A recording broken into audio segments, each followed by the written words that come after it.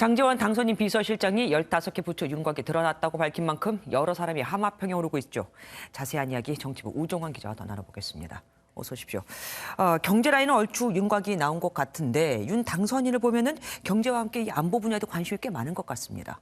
네, 안보 분야의 먼저 외교부 장관이죠. 외교부 장관 같은 경우에는 현재 미국 특사격인 한미정책협의단으로 가 있는 박진, 조태용 국민의힘 의원이 후보로 압축됐다는 평가가 나오고 있습니다. 미국의 안보 공약 그리고 한미 동맹의 포괄적인 전략 동맹을 위해서 할 수 있는 방안들이 무엇인지 심도 깊게 논의를 해보겠습니다. 안보 분야 책임자인 국방부 장관 후보로는 이순신 전 합참의장, 김용우 전 육참총장, 이종섭 전 합참차장, 신원식 의원 등이 거론되고 있습니다. 윤 당선인의 50년 지기이자 외교 강사로 통하는 김성한 전 외교부 차관 같은 경우에는 대통령실 국가안보실장으로 가는 게 유력하게 거론이 되고 있고요. 네. 국정원장에는 김숙 전 유엔 대사나 권영세 인수위 부위원장이 거론되고 있습니다. 그런데 법무부 장관 고르기가 쉽지 않다는 말이 들립니다. 왜 그렇습니까? 아무래도 윤 당선인이 검찰총장까지 하면서 이 분야에 제대로 알고 있는 만큼 후보자들이 부담이 될 수 있는 자리이기 때문입니다. 때문에 주로 윤 당선인과 가까운 기수의 검찰 출신들이 후보로 거론되고 있는데요. 윤 당선인의 연수원 23기 동기이자 검찰총장 시절 당시 대검 차장으로 보좌했었던 강남일 전 대전고검장, 같은 동기인 조상철 전 서울고검장, 그리고 윤 당선인 연수원 2년 선배인 한찬식 전 서울 동부지검장과 한기수 선배인 권익환 서울 남부지검장이 후보로 거론되고 있는 상황입니다. 네. MBN이 한 법조계 관계자와 통화해보니 사실상 법무부가 윤 당선인의 직할 부처가 될 가능성이 큰 만큼 고참들은 대부분 고사하는 분위기라서 그나마 비슷한 기수에서 하마평이 나오는 것 같다고 전했습니다. 그러니까 오히려 더 잘 알기 때문에 힘들다 이거군요.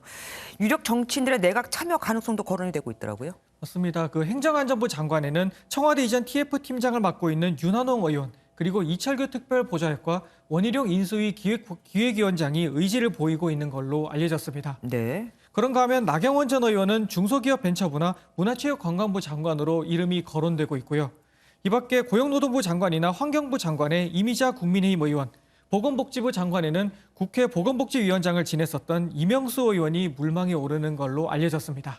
그런데 국민의힘 의원들의 수가 아무래도 더불어민주당보다 적지 않습니까? 그래서 이 의석수를 고려해서 의원들은 안 빼가겠다고 얘기를 했던 것 같은데 아니에요? 맞습니다. 의석수를 지키는 것도 분명히 고려하겠다고 했습니다. 네. 하지만 더 중요한 게 청문회를 통과할 수 있는 인사를 내야 하는 것이기만큼 네. 그에 적합한 인사를 고르다 보니 어쩔 수 없이 현역 의원이 차출되는 부분도 감수할 수밖에 없는 상황입니다. 지금 청문회 얘기를 하셨는데 민주당이 지금 인사 검증을 아주 또렷하게 무섭게 하겠다고 벼르고 있지 않습니까?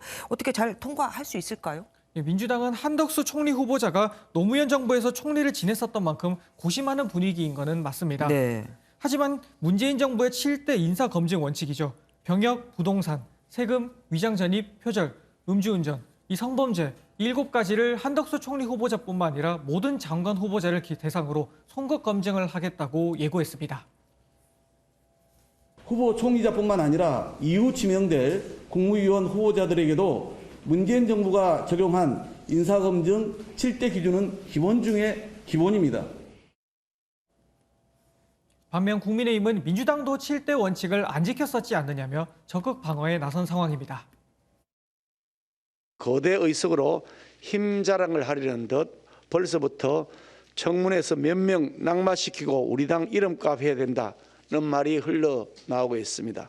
전과 사범을 대통령 후보로 내세웠던 민주당이 아무래도 국민의힘은 인사청문회가 삐끗할 경우에 6.1 지방선거에 타격을 입을 수 있는 만큼 청문회 통과를 최우선 목표로 하고 있는 상황이고요. 네. 반면 민주당은 같은 이유로 어떻게든 후보자 결격 사유를 찾아내겠다는 입장인 만큼 치열한 공방이 예상되는 상황입니다. 서로 네 탓이 더 크다 이런 거네요. 잘 들었습니다. 지금까지 정치부 우종환 기자와 함께했습니다. 고맙습니다.